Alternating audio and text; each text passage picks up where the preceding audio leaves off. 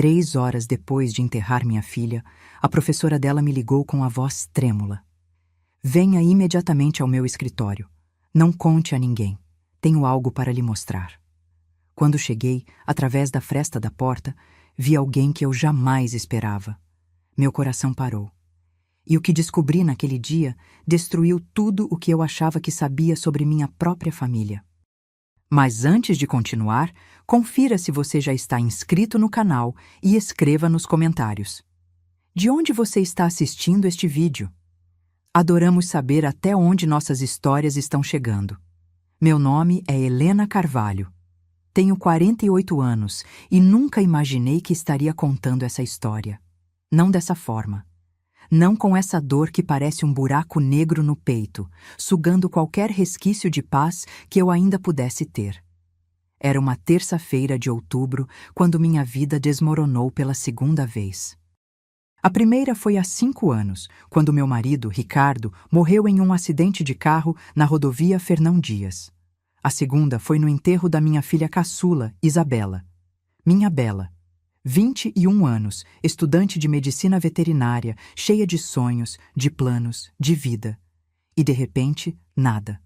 Apenas um caixão branco coberto de lírios, seu perfume doce misturado com o cheiro de terra úmida do cemitério. Os médicos disseram que foi uma parada cardíaca súbita, inexplicável.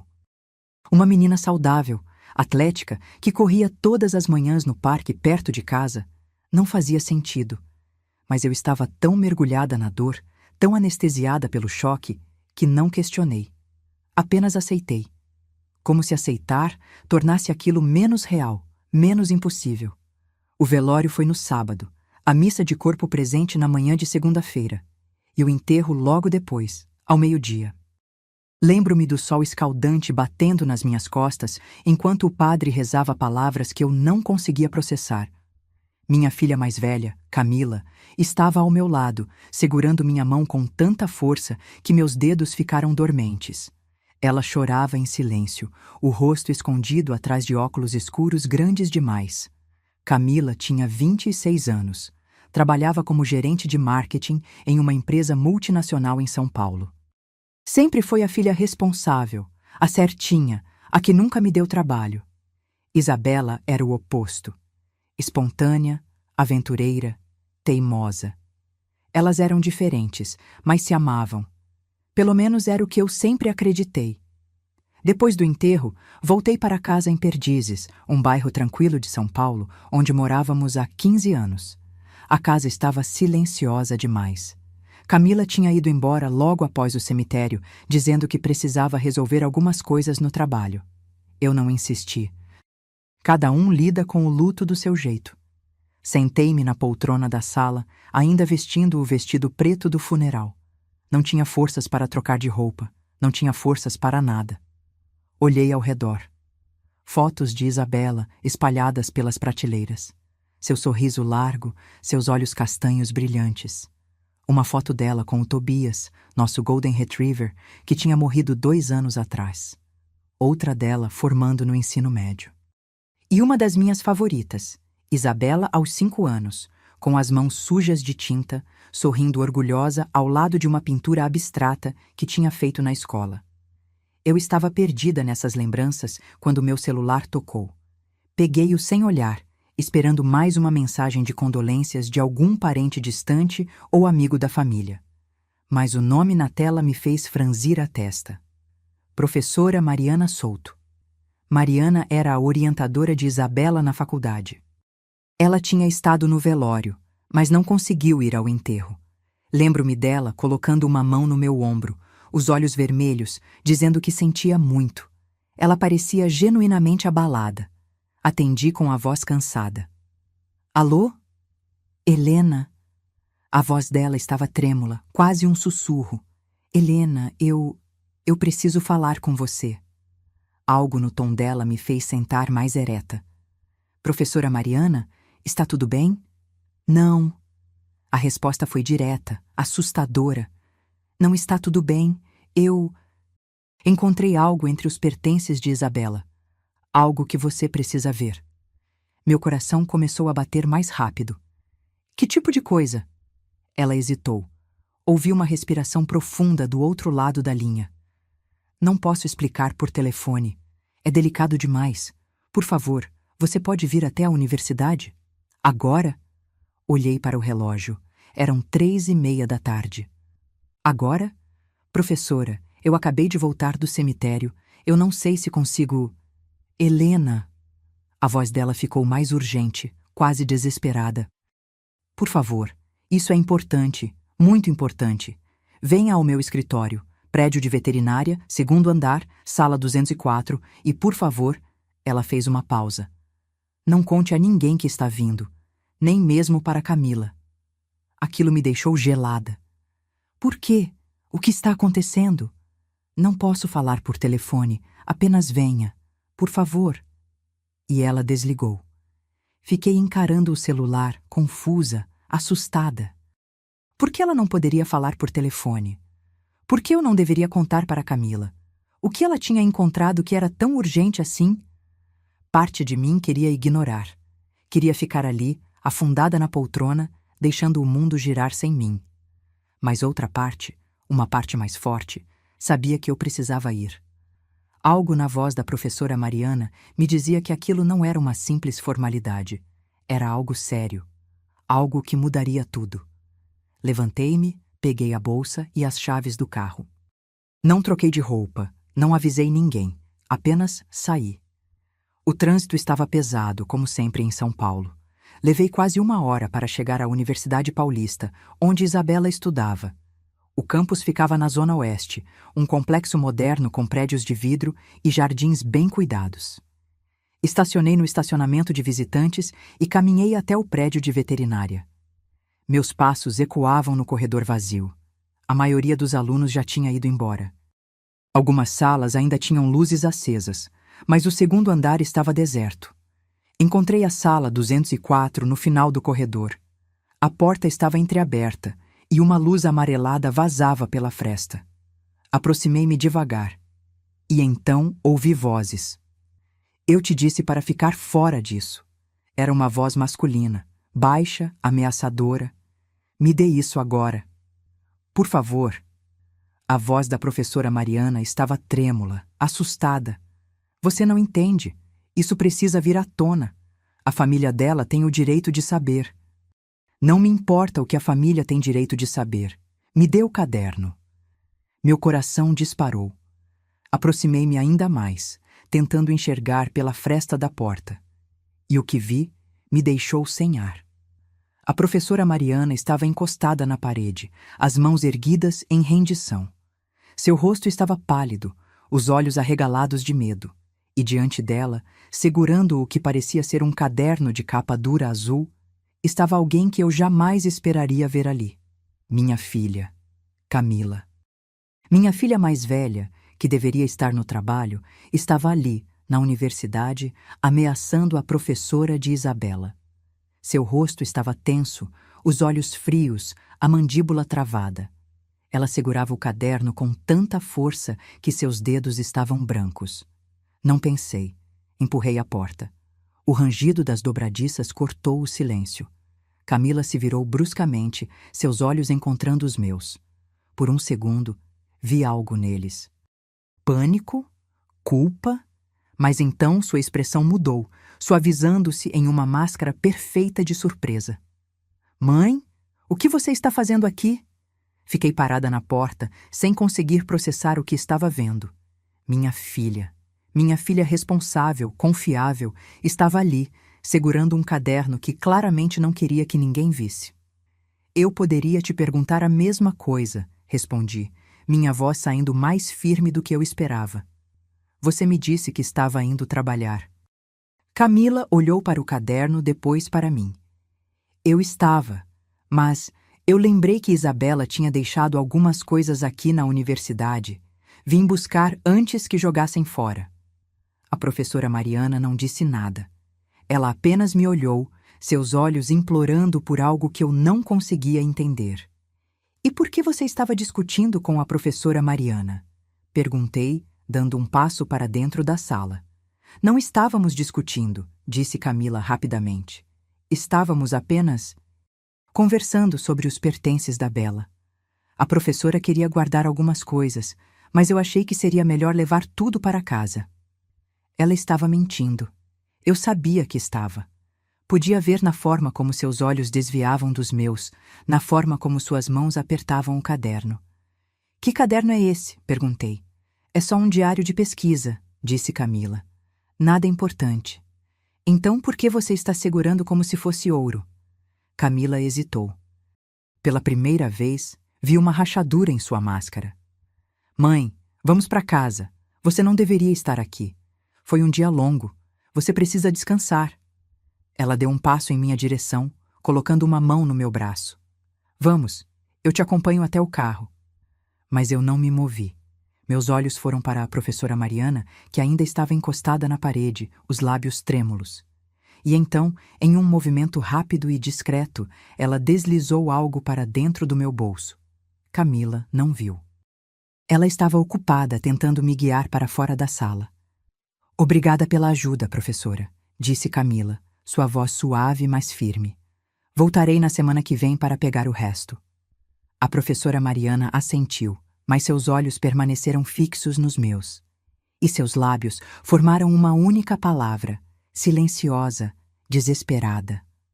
Corra. Do lado de fora, Camila me acompanhou até o estacionamento. Seu carro, um sedã preto importado, estava estacionado a algumas vagas de distância do meu. Ela me abraçou, um abraço rápido e mecânico. Vai com cuidado, mãe. Nos vemos em casa. Ela entrou no carro e saiu rapidamente do estacionamento, as luzes traseiras desaparecendo na curva. Só então enfiei a mão no bolso. Era um pedaço de papel dobrado. Abri-o com os dedos trêmulos. A caligrafia era apressada, quase ilegível. Caderno vermelho, debaixo do colchão dela, quarto da Isabela. Corra. Não confie em Camila. Meu sangue gelou. Não confie em Camila? Minha própria filha? Olhei ao redor. O estacionamento estava vazio. O sol já estava se pondo, projetando sombras longas sobre o asfalto. Entrei no carro e liguei o motor, mas não saí imediatamente. Fiquei ali sentada, tentando processar tudo. Por que a professora Mariana tinha medo de Camila? O que havia naquele caderno que ela segurava? E o que estava escrito no caderno vermelho que Isabela supostamente tinha escondido debaixo do colchão? Pensei em ligar para Camila, confrontá-la, mas algo me impediu. A voz da professora ecoava na minha cabeça. Não confie em Camila. Respirei fundo e dirigi de volta para casa. A viagem foi um borrão. Minha mente estava girando, tentando conectar os pontos, mas nada fazia sentido. Quando cheguei em casa, o carro de Camila já estava estacionado na frente. Ela havia chegado antes de mim. Entrei pela porta da frente, tentando parecer calma, normal. Camila estava na cozinha, preparando café. Ela se virou quando me ouviu entrar e sorriu. Um sorriso gentil, caloroso. O sorriso da minha filha. Mãe, fiz café. Quer uma xícara? Sim, obrigada. Sentei-me à mesa, observando-a. Ela parecia relaxada, tranquila. Nada na sua postura sugeria que ela tinha acabado de ameaçar uma professora universitária. Você está bem, mãe? Ela perguntou, colocando uma xícara fumegante na minha frente. Estou cansada, respondi. Foi um dia difícil. Eu sei. Ela se sentou ao meu lado, colocando uma mão sobre a minha. Mas vamos superar isso. Juntas. Forcei um sorriso. Sim, juntas. Ficamos em silêncio por alguns minutos tomando café. Então, Camila olhou para o relógio. Preciso ir. Tenho uma reunião cedo amanhã. Você vai ficar bem sozinha? Vou sim. Ela me beijou na testa e saiu. Ouvi o barulho do carro dela partindo. Esperei 5 minutos. 10, 15. Então levantei-me e fui até o quarto de Isabela. A porta estava fechada. Não entrava ali desde o dia em que ela morreu. Não tinha coragem. Mas agora, com o bilhete da professora Mariana queimando no meu bolso, não tive escolha. Abri a porta devagar. O quarto ainda cheirava a ela. Perfume de lavanda misturado com o cheiro de livros. Suas roupas ainda estavam penduradas no armário. Sua cama ainda estava desarrumada, do jeito que ela sempre deixava. Caminhei até a cama e levantei o colchão. Ali, pressionado contra a base, estava um caderno de capa vermelha, gastado, com as bordas amassadas. Peguei-o com mãos trêmulas e me sentei na cama. Abri na primeira página. Se alguém está lendo isso, é porque algo aconteceu comigo, e eu preciso que saibam a verdade. Meu coração parou. Virei a página. Primeira semana de agosto. Camila começou a me trazer vitaminas. Disse que eram suplementos importados, que ajudariam com o cansaço da faculdade. Achei estranho, mas ela é minha irmã. Confiei nela. Virei outra página, meus dedos tremendo. Segunda semana. Comecei a sentir náuseas. Dor de cabeça constante. Tontura. Camila disse que era normal, que meu corpo estava se adaptando aos suplementos. Continuei tomando. Minha visão começou a ficar embaçada. Lágrimas caíam sobre as páginas do caderno. Terceira semana. Tem algo errado. Muito errado. Sinto como se meu corpo estivesse se desligando. Fui ao médico, mas ele não encontrou nada. Disse que era estresse, mas eu sei que não é. Toda vez que tomo essas vitaminas, me sinto pior. Quarta semana. Procurei nas coisas da Camila quando ela não estava em casa. Encontrei a embalagem das vitaminas. Não tinha marca, apenas códigos químicos. Tirei uma foto. Uma foto estava colada na página. Uma pequena cápsula branca ao lado de uma embalagem sem rótulo. Apenas números e letras estampados no plástico. Pesquisei os códigos na internet. São compostos tóxicos, arsênico em doses pequenas, suficiente para causar falência de órgãos ao longo do tempo. Minha irmã está me envenenando. Deixei o caderno cair no chão. Minha respiração estava curta, irregular. Não. Isso não podia estar acontecendo. Peguei o caderno novamente, forçando-me a ler mais. Quinta semana. Confrontei Camila. Mostrei a foto. Ela ficou pálida, mas então começou a chorar. Disse que eram apenas vitaminas, que comprou de uma amiga que trabalha com suplementos naturais. Disse que não sabia que tinham ingredientes perigosos. Pediu desculpas, jogou a embalagem fora na minha frente. Prometeu nunca mais me dar nada sem consultar um médico antes. Eu acreditei nela, porque ela é minha irmã, porque eu a amo, porque eu queria acreditar. Mas 2 dias depois, ela me trouxe um suco. Disse que era para me ajudar a me recuperar. Bebi. E agora estou aqui, escrevendo isso porque meu corpo está desistindo. Sinto que não tenho muito tempo. A última entrada era datada de 3 dias antes da morte de Isabela. Estou com medo, muito medo, não sei o que fazer. Se eu contar para a mãe, vai destruir nossa família. Mas se eu não contar, vou morrer. Camila é minha irmã. Ela não faria isso. Ela não poderia. Ou poderia. Por que ela faria isso? Por causa da herança do pai? Por causa da empresa que ele deixou? Sempre soube que ela era ambiciosa, mas nunca pensei que fosse capaz de... Isso. Se algo acontecer comigo, por favor, investiguem. Não deixem que ela saia impune. Não deixem que ela faça isso com mais ninguém. A entrada terminava abruptamente. Como se Isabela não tivesse tido tempo de terminar. Sentei-me na cama dela, o caderno pesado em minhas mãos, e a verdade me atingiu com uma clareza devastadora. Camila havia assassinado sua própria irmã. Lentamente, metodicamente, enquanto eu elogiava o quanto elas eram próximas. Enquanto eu agradecia a Camila por cuidar de Isabela durante a faculdade. Minha filha mais velha era uma assassina, e eu não tinha feito nada para impedir. Não sei quanto tempo fiquei ali sentada, segurando o caderno. Poderiam ter sido minutos ou horas. O tempo havia perdido o sentido. Finalmente, forcei-me a me levantar. Precisava pensar. Precisava agir. Mas o quê? Ir à polícia? Com o quê? Um caderno escrito por uma jovem que os médicos disseram ter morrido de causas naturais? Precisava de mais provas. Provas concretas. Peguei meu celular e fotografei cada página do caderno. Depois guardei o caderno de volta debaixo do colchão, exatamente onde estava. Se Camila descobrisse que eu sabia, não sei o que ela faria. Saí do quarto e fechei a porta atrás de mim. Minha mente estava correndo. Precisava de ajuda. Mas de quem? Pensei em Júlio Andrade, meu advogado e amigo de longa data. Ele tinha me ajudado a cuidar dos assuntos do Ricardo após a morte dele. Era confiável, discreto. Peguei o telefone e disquei o número dele. Ele atendeu no terceiro toque. Helena, é tudo bem? São quase 9 da noite. Júlio, preciso falar com você. Pessoalmente, é urgente. Ele hesitou. Você está bem? Tem a ver com Isabela? Tem, mas não posso falar por telefone. Entendo. Sua voz ficou séria. Pode vir ao meu escritório amanhã de manhã? 8 horas? Não, precisa ser agora. Outro silêncio. Então ele suspirou. Tudo bem. Vou te encontrar no café da Rua Augusta em meia hora. Aquele que você e Ricardo costumavam ir. Obrigada. Vesti um casaco, peguei a bolsa e saí. O café ficava a 15 minutos de carro. Cheguei primeiro e escolhi uma mesa nos fundos, longe das janelas.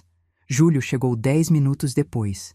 Ele tinha 50 e poucos anos, cabelos grisalhos, olhos gentis. Sentou-se na minha frente, o rosto cheio de preocupação. O que aconteceu, Helena? Respirei fundo.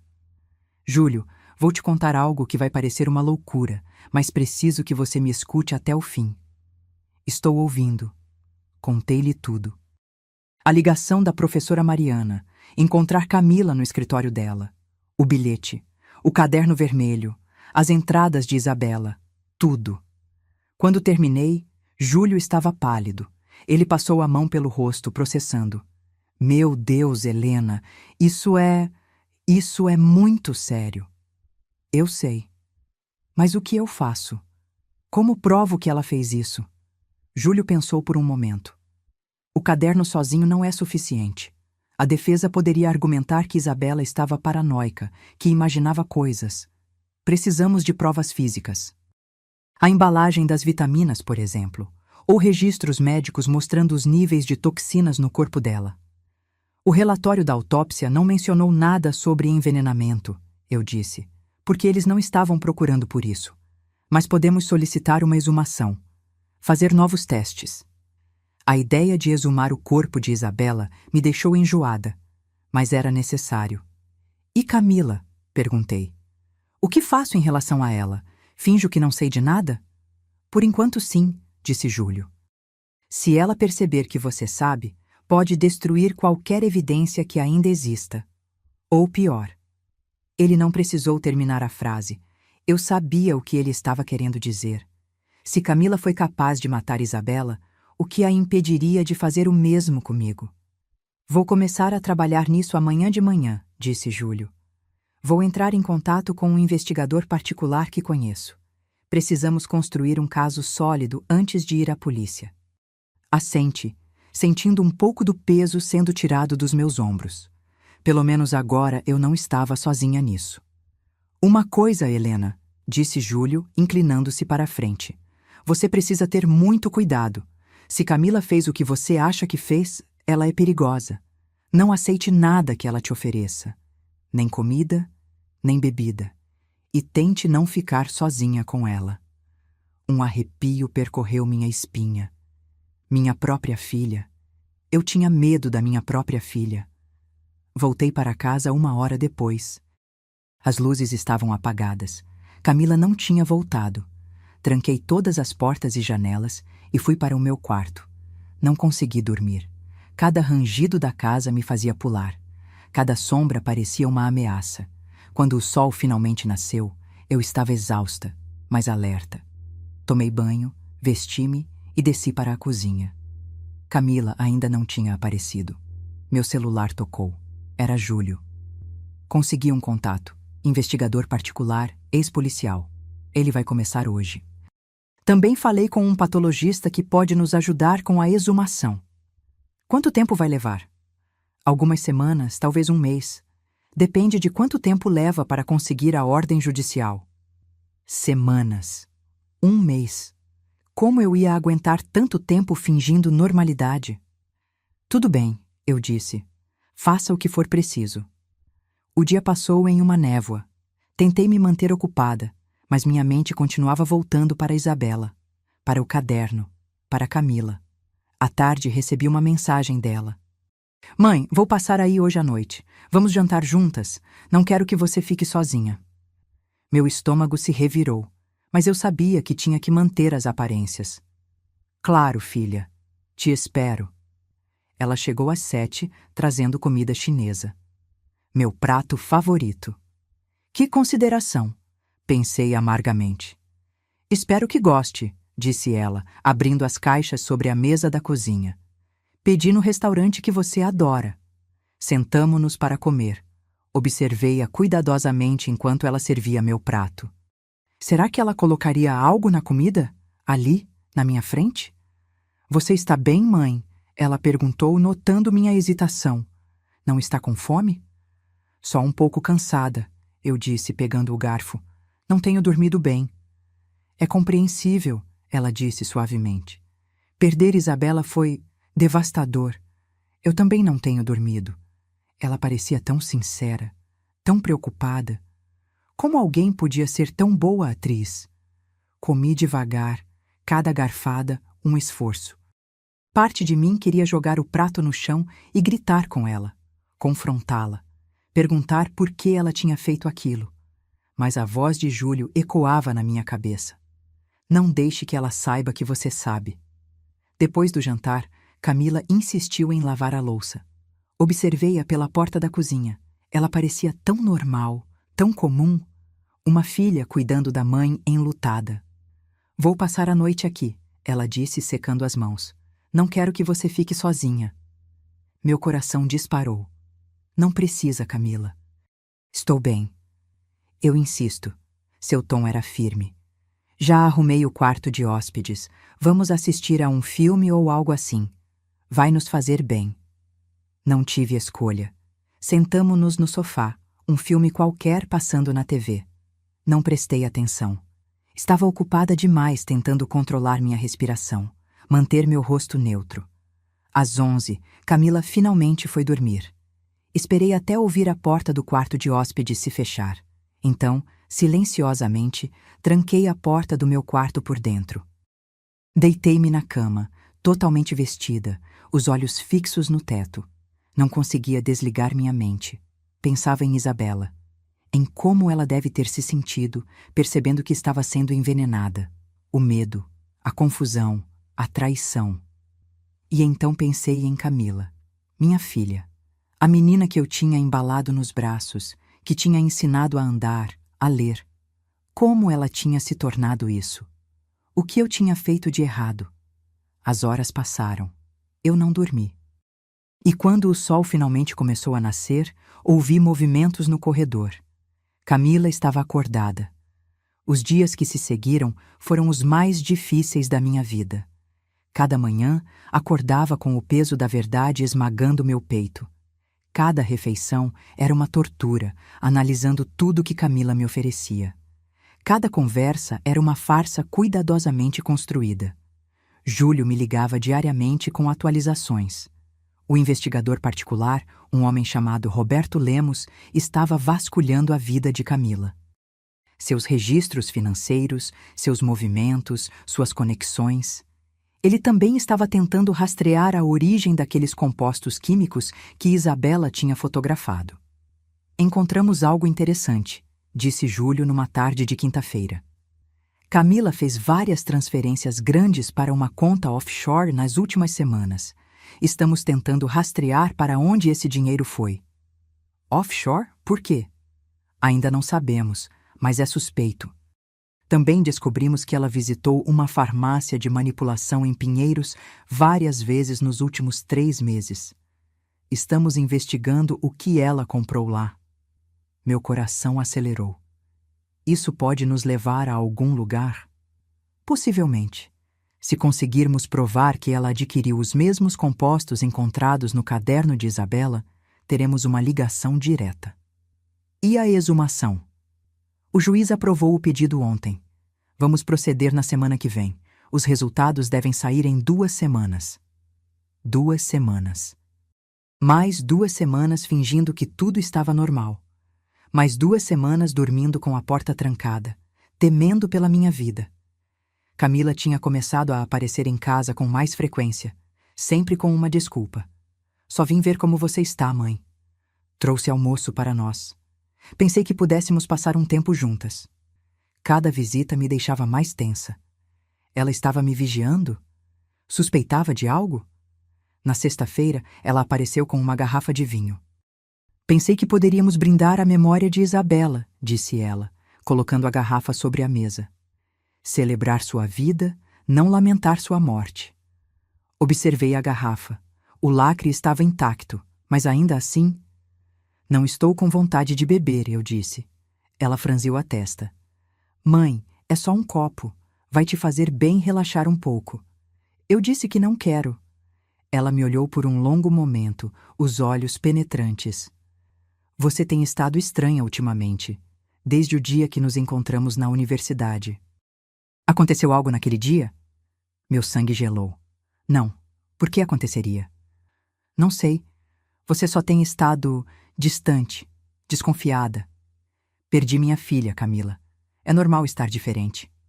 Ela assentiu lentamente. Sim, claro. Desculpe, estou sendo insensível. Mas eu vi algo em seus olhos. Uma sombra, uma dúvida. Ela sabia, ou pelo menos suspeitava. Naquela noite, liguei para Júlio em pânico. Ela sabe que eu sei, tenho certeza. Calma, Helena. O que ela disse exatamente? Repeti nossa conversa. Júlio ficou em silêncio por um momento. Pode ser apenas paranoia sua, mas para garantir, vou pedir para Roberto aumentar a vigilância. Vamos colocar alguém para vigiar sua casa. Se Camila tentar algo, teremos testemunhas. Você acha que ela vai tentar me matar? Júlio não respondeu imediatamente. Quando falou, sua voz estava séria. Não sei, Helena, mas não vou arriscar. Fique alerta. E se algo parecer errado, qualquer coisa, você liga para mim imediatamente. Nos dias seguintes, comecei a notar um carro preto estacionado na rua, sempre com alguém dentro. Era a vigilância de Roberto.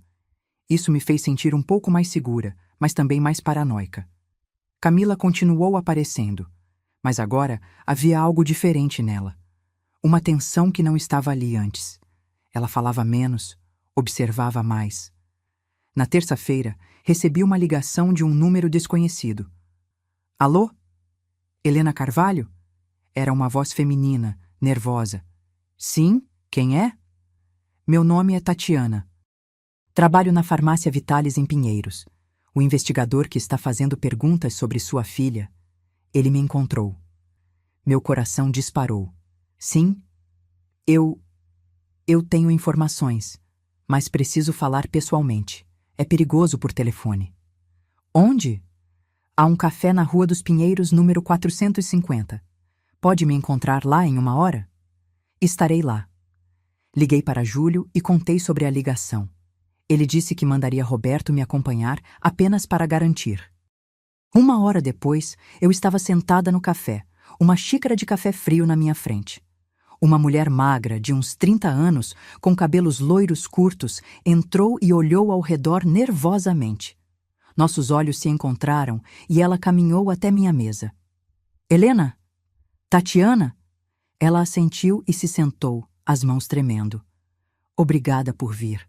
Eu não sei se estou fazendo a coisa certa, mas não consigo mais ficar calada. Sobre o quê? Ela olhou ao redor, certificando-se de que ninguém estava ouvindo. Então se inclinou para a frente. Sua filha, Camila, veio à farmácia onde trabalho 6 vezes nos últimos 3 meses. Sempre pedia manipulações especiais, compostos que, bem, não são exatamente legais. Que tipo de compostos? Arsênico em doses micro, disfarçado como suplementos vitamínicos. Ela disse que era para pesquisa, que tinha autorização da universidade. Mostrou documentos falsos. Eu não sabia na época, mas depois que o investigador veio fazer perguntas, percebi que algo estava errado. Meu estômago revirou. Você tem provas disso? Tenho as receitas, as notas de compra, tudo. Ela tirou uma pasta do bolso e a deslizou pela mesa. Está tudo aqui. Datas, quantidades, assinatura dela. Peguei a pasta com mãos trêmulas. Era exatamente o que precisávamos. Por que você está fazendo isso? Perguntei. Tatiana baixou os olhos. Porque sei que outra jovem morreu. Isabela. Vi no noticiário. E quando o investigador me mostrou a foto dela, percebi que Camila tinha perguntado sobre ela. Perguntou se eu achava que os compostos funcionariam em alguém jovem e saudável. Lágrimas começaram a escorrer pelo meu rosto. Ela perguntou isso?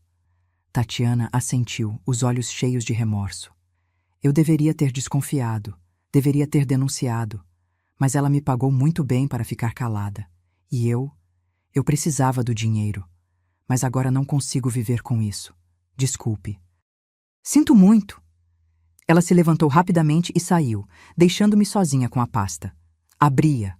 Lá dentro estavam todas as receitas, meticulosamente organizadas. Datas, composições químicas, assinaturas. Prova concreta. Liguei para Júlio imediatamente. Conseguimos. Temos tudo. Com as provas em mãos, Júlio marcou uma reunião com o delegado responsável por investigações de homicídio. Era um homem de meia idade chamado Marcos Tavares, de olhos cansados, mas atentos. Apresentei tudo a ele. O caderno de Isabela, as fotos dos compostos, as receitas da farmácia, os registros de transferências financeiras de Camila, a declaração de Tatiana. Ele analisou cada documento com cuidado, seu rosto ficando mais sério a cada página virada. Isso é substancial, ele disse finalmente. Muito substancial. Mas preciso que entenda, Sra. Carvalho, que construir um caso de homicídio contra um membro da família, especialmente com base em evidências circunstanciais e testemunhos post-mortem, é complicado.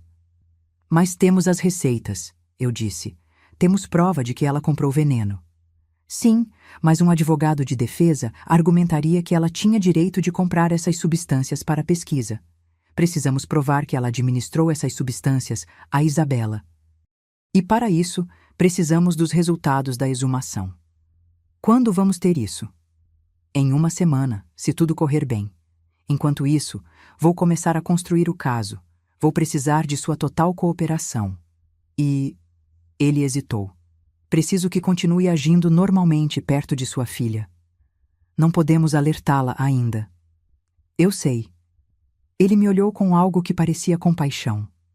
Sei que não é fácil, mas é a única maneira de garantir que ela não fuja ou destrua mais evidências.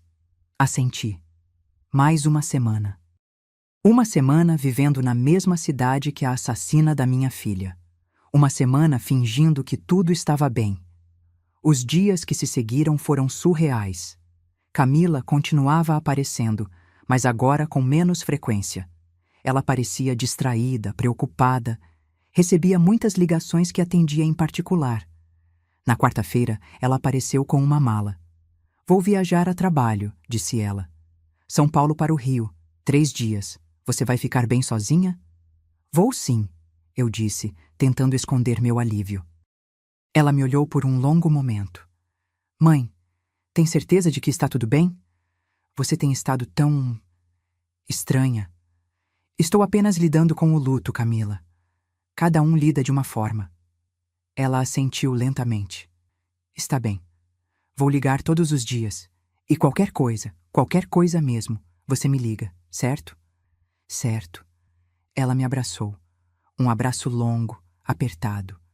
E por 1 segundo, apenas 1 segundo, eu quase esqueci o que ela tinha feito. Quase senti que ela era minha filha novamente. Mas então me lembrei do caderno de Isabela, das receitas, do veneno, e me afastei. Depois que ela saiu, finalmente pude respirar. 3 dias sem ela. 3 dias de paz relativa. Júlio ligou na quinta-feira de manhã. Os resultados da exumação chegaram. Helena, você precisa vir ao escritório, agora. Meia hora depois, eu estava sentada na sala dele, com o delegado Tavares ao meu lado. Os resultados são conclusivos, disse Júlio, entregando-me um relatório.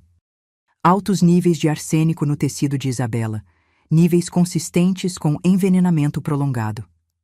Minhas mãos tremiam enquanto eu lia. Ali estava. Prova irrefutável. Isso é suficiente? Perguntei. O delegado Tavares assentiu. Sim, combinado com as receitas, o caderno e os testemunhos, temos um caso sólido. Vou emitir um mandado de prisão para Camila Carvalho hoje. Ela está no Rio, correto? Sim, mas volta no sábado. Vamos pegá-la no aeroporto. Não queremos dar a ela a chance de fugir. No sábado de manhã, recebi uma mensagem de Camila. Chegando em 3 horas. Quer que eu passe aí quando chegar? Respondi com dedos trêmulos. Não precisa, descanse, te vejo segunda-feira. Mas eu não a veria na segunda-feira, porque quando seu voo pousou em Guarulhos às 2 da tarde, o delegado Tavares e 4 policiais estavam esperando. Assisti pela TV. As câmeras do aeroporto capturaram tudo. Camila saindo do terminal, puxando sua mala. Os policiais se aproximando.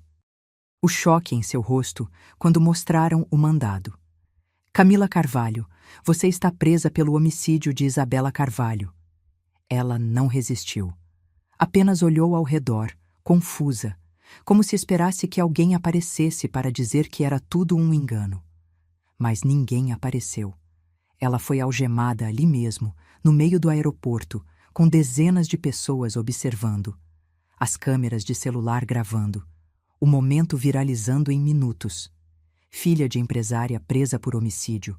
O caso chocante de Isabela Carvalho. Irmã acusada de envenenar irmã. As manchetes explodiram. E eu estava em casa, sozinha, assistindo tudo se desenrolar na TV. Parte de mim sentia alívio. Justiça estava sendo feita. Mas outra parte, uma parte que eu não queria admitir, sentia dor. Porque, apesar de tudo, aquela ainda era minha filha sendo arrastada pela polícia. O julgamento foi marcado para 3 meses depois. Nesses 3 meses, minha vida se tornou um circo. Repórteres acampados na frente da minha casa.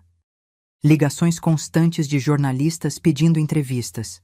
Pessoas que eu nem conhecia me parando na rua para expressar solidariedade ou, pior, curiosidade mórbida. Júlio me aconselhou a não falar com a imprensa. Deixe que as provas falem por si mesmas, ele disse. Camila ficou presa preventivamente. Seu advogado, um homem chamado Marcelo Fonseca, tentou argumentar que ela deveria ter direito à fiança, mas o juiz negou. Alto risco de fuga, disseram. Perigo para a sociedade. Ela me escreveu cartas da prisão. 3, no total. Eu não abri nenhuma. Não conseguia. O que ela poderia dizer que mudasse alguma coisa? Mas na véspera do julgamento, Júlio apareceu com uma delas. Acho que você deveria ler esta, ele disse. Não como mãe, mas como vítima. Peguei a carta, minhas mãos tremendo. O envelope estava amassado, sujo. A caligrafia de Camila estava apressada, quase ilegível. Mãe, sei que você não vai acreditar em nada do que eu disser. E talvez não devesse. Mas preciso tentar. Eu não queria matar Isabela. Juro por Deus que não queria. Mas eu estava desesperada. As dívidas, o dinheiro que roubei da empresa, os agiotas me ameaçando. Eu pensei que se Isabela morresse, eu herdaria a parte dela e poderia pagar tudo. Seria rápido, indolor. Ela nem saberia. Mas ela descobriu. Ela confrontou. E eu neguei, chorei, fiz de tudo para convencê-la de que era um mal-entendido. E ela acreditou, porque ela me amava, porque ela era boa demais. Eu deveria ter parado ali. Deveria ter encontrado outra solução. Mas os agiotas estavam ficando mais violentos. Ameaçaram você também, mãe. Disseram que se eu não pagasse, iam atrás de você. Então eu continuei. Dei a ela mais uma dose. Só mais uma. Pensei que seria suficiente. E foi. Eu não sou um monstro, mãe.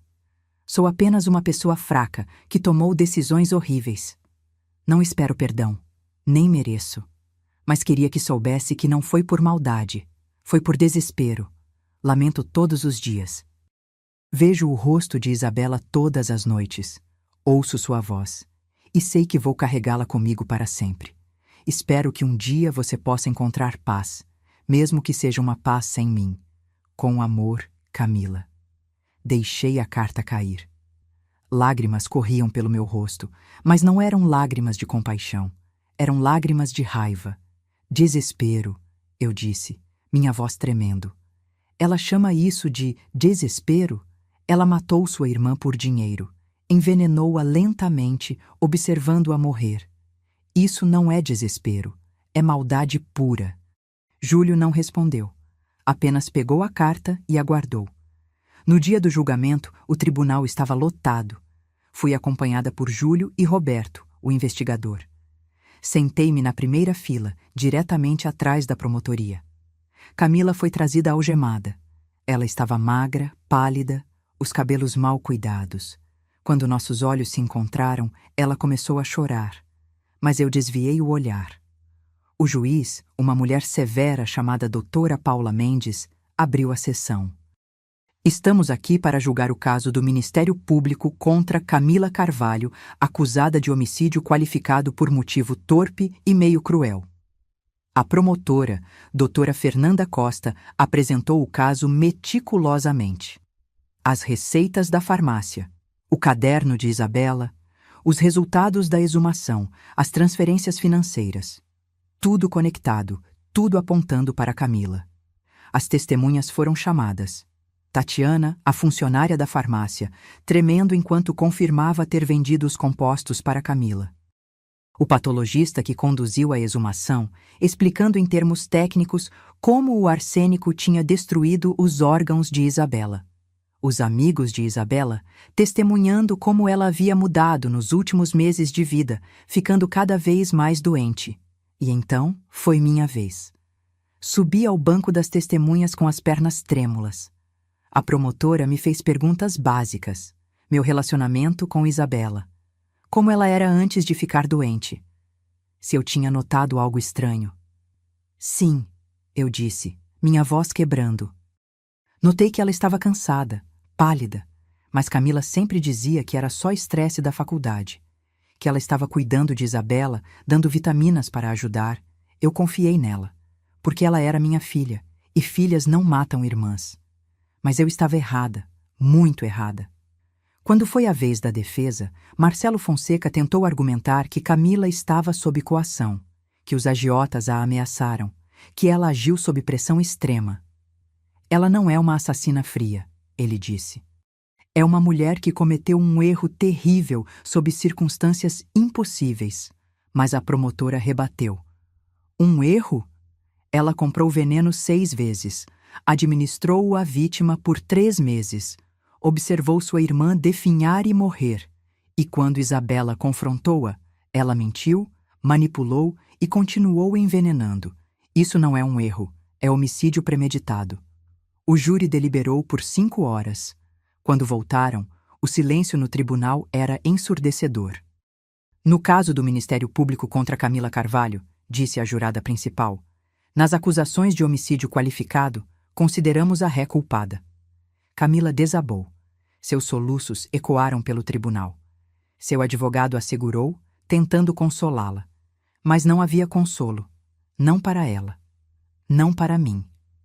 A juíza Mendes pronunciou a sentença 3 dias depois. Camila Carvalho, você foi considerada culpada de homicídio qualificado por motivo torpe e meio cruel. Você traiu a confiança de sua irmã, de sua família. Não apenas tirou uma vida, mas fez isso da forma mais covarde possível. Sentencio você a 30 anos de prisão, sem possibilidade de liberdade condicional nos primeiros 15 anos. 30 anos. Minha filha, de 26 anos, sairia da prisão aos 56, se saísse. Ela foi levada pelos policiais, se virando uma última vez para olhar para mim. Mãe, por favor, me perdoa, por favor. Mas eu não respondi. Apenas assisti enquanto ela era levada. Os meses após o julgamento foram os mais solitários da minha vida. Eu tinha perdido 2 filhas, uma para a morte, outra para a prisão.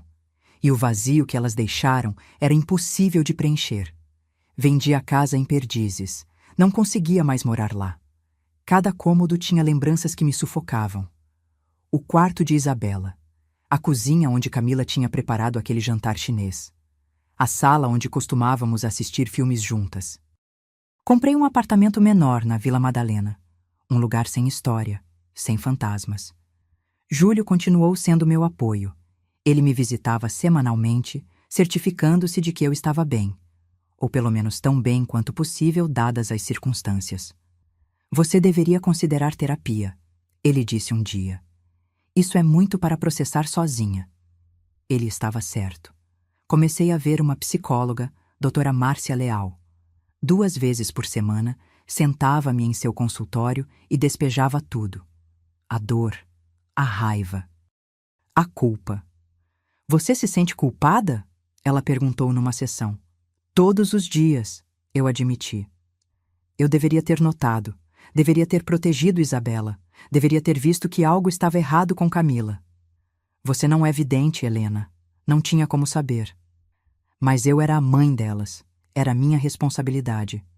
E você fez o que pôde com as informações que tinha. O resto não é sua culpa. É de Camila. Mas mesmo assim, a culpa persistia. Principalmente à noite, quando eu estava sozinha com meus pensamentos. 3 meses após o julgamento, recebi uma visita inesperada. Era a professora Mariana Souto.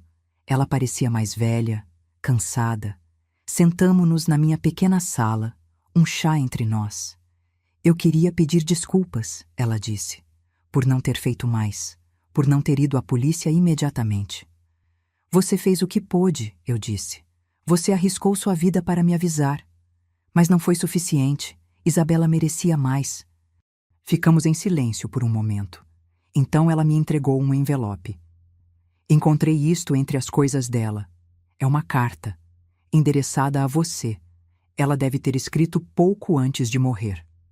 Peguei o envelope com mãos trêmulas. O nome Mãe estava escrito na frente com a caligrafia de Isabela. Leia quando estiver pronta, disse Mariana, levantando-se. E Helena, cuide-se. Depois que ela saiu, fiquei olhando para o envelope por horas. Tinha medo do que poderia estar escrito ali. Mas, finalmente, quando o sol começou a se pôr, abri. Mãe, se você está lendo isso, é porque minhas suspeitas estavam certas. E sinto muito. Sinto muito por não ter sido mais corajosa, por não ter te contado. Mas eu tinha medo. Medo de estar errada. Medo de destruir nossa família. Quero que saiba que eu te amo. Sempre amei. Você foi a melhor mãe que eu poderia pedir. Forte, gentil, sempre presente. E sei que minha morte vai te destruir, mas não deixe que isso defina você. Viva, mãe. Viva a vida que eu não pude. Viaje, ame, ria. Faça todas as coisas que sempre quis fazer, mas adiou. Por mim. E quanto a Camila, não a odeie. Sei que é difícil, mas o ódio só vai te consumir. Ela fez uma escolha terrível e vai pagar por isso. Mas ainda é sua filha, e em algum lugar, debaixo de toda essa escuridão, ainda há uma parte da irmã que eu amava. Não estou dizendo para perdoar. Estou dizendo para não deixar que isso destrua o que resta de você. Eu vou estar bem, onde quer que eu esteja. Estarei com o Pai. E estaremos te observando, te protegendo. Te amo mais do que as palavras podem expressar. Sua Bela. Chorei. Chorei como não chorava desde o dia do enterro. Soluços profundos, dolorosos, que me deixaram exausta. Mas quando as lágrimas finalmente secaram, senti algo que não sentia há meses. Uma pequena faísca. Não de felicidade, mas de propósito. Isabela queria que eu vivesse, e eu ia honrar esse desejo. Nos meses seguintes, comecei a reconstruir minha vida. Voltei a trabalhar. Eu tinha uma pequena empresa de consultoria que tinha negligenciado durante o luto. Comecei a viajar. Pequenas viagens a princípio. Um fim de semana no Rio, uma semana em Salvador. E depois mais longe. Buenos Aires, Lisboa. Também criei uma fundação em nome de Isabela. A Fundação Bela Carvalho para estudantes de veterinária. Bolsas de estudo para jovens que não tinham condições de pagar a faculdade. Era uma forma de manter seu sonho vivo. No primeiro ano, demos 5 bolsas. No segundo, 10. E continuou crescendo. Conheci os bolsistas, ouvi suas histórias, vi seus sonhos, e em cada um deles vi um pouco de Isabela, Havia uma garota em particular, Amanda, que me lembrava tanto dela. Mesma paixão por animais, mesmo sorriso largo, mesma determinação. Obrigada, ela me disse num dos eventos da fundação. Você não sabe o quanto isso significa. Sem essa bolsa, eu nunca poderia estudar. Isabela ficaria orgulhosa, eu disse, e era verdade. Quanto a Camila, ela continuou me escrevendo, uma carta por mês, religiosamente. Mas eu nunca respondi. Não sabia o que dizer. Não sabia se algum dia saberia. A doutora Márcia me perguntou numa sessão: você acha que um dia vai conseguir perdoá-la? Não sei, eu respondi honestamente.